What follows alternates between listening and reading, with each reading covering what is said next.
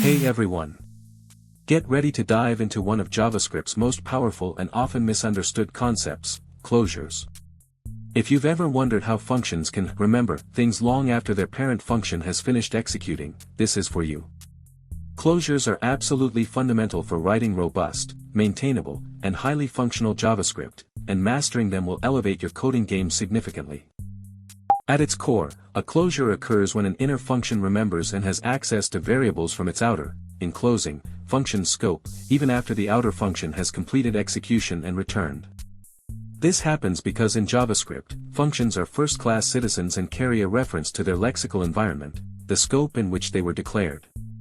When the outer function is called, it creates a new scope for its variables. If it then returns an inner function, that inner function maintains a link to the outer function's scope, allowing it to access and even modify those variables, effectively closing over them.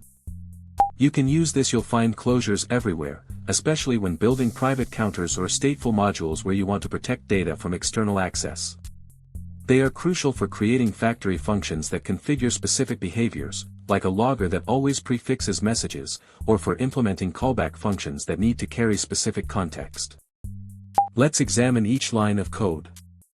First, we define an outer function named makeAdder using the function keyword.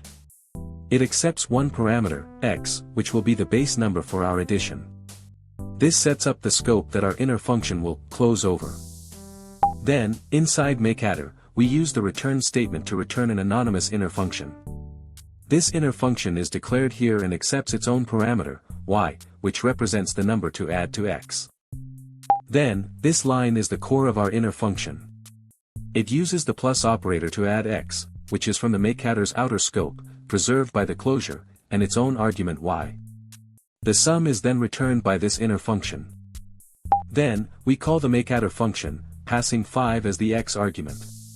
makeAdder executes, creates the inner function where x is now fixed at 5, and returns this specialized function.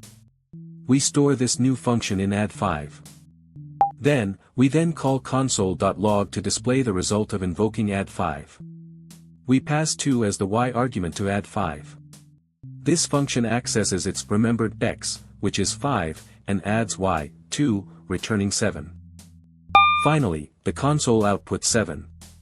This clearly demonstrates that the add5 function, created by makeAdder, 5, remembered the value 5 for x even after makeAdder had finished executing, successfully adding it to 2. Closures are incredibly powerful and open up many advanced patterns in JavaScript. Keep practicing them.